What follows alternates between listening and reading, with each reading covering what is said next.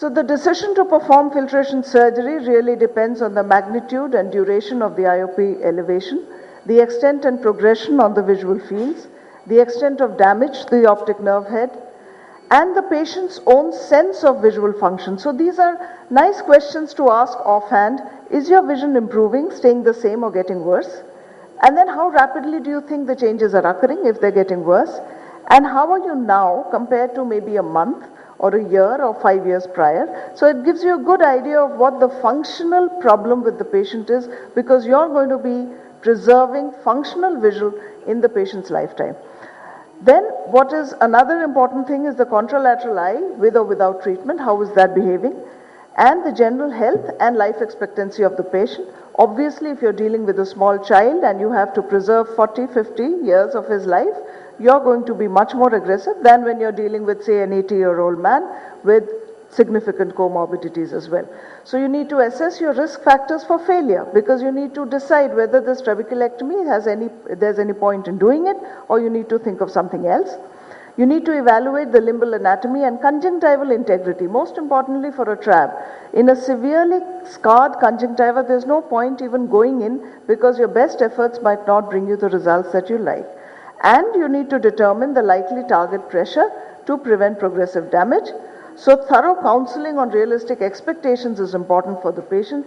Anticoagulants such as warfarin, aspirin ideally should be stopped a week in advance. Not as much important as a clear corneal cataract surgery, but in glaucoma you don't want persistent bleeding in the bleb, because it's going to attract a lot of inflammatory mediators and cytokines, and you want to avoid that.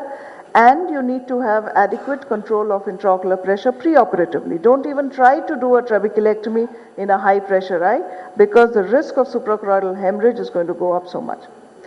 So when you're taking consent, it's important to understand that there's no quick fix for this treatable but incurable disease. So the patient needs to understand that there's no reversal. The goal is visual field stability and not improved visual acuity.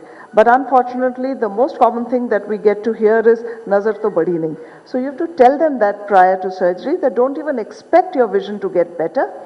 It's a higher in risk surgery compared to other ocular surgeries which the patient might have heard of or seen. Patient should understand the nature, reason, risks, benefits and alternative, and it's okay if you just inform the patient that there is something called a wipeout phenomenon, though we don't see it particularly, but then if it happens, it's helped if the patient has known about it. What is important to tell them is there would be a temporary worsening of vision after surgery, maybe a line or two, and a transient loss is common, largely due to corneal topographic changes which take about 10 to 12 weeks to resolve, but they are not usually permanent. So the possible complications, it's good to tell them that there might be, you should keep in mind also that choroidal effusion, progression of cataract and hypotony are commoner. Choroidal hemorrhage and permanent visual loss are not that common. So the ideal patient to do a trab would be about over 40 years old with primary glaucomas, a phakic uninflamed eye, and no history of previous intraocular surgery. Unfortunately, utopias don't exist. And in the real world, you'll have risk factors to deal with, so it's important to know what they are. Younger patients, secondary glaucomas, intraocular inflammations, previous failed surgeries, scarring from previous surgeries, and aphakia or pseudophakias are all risk factors for failure, and you need to keep that in mind. Usually we do give local anesthesia for trabeculectomy. The patient is comfortable, the surgeon is comfortable.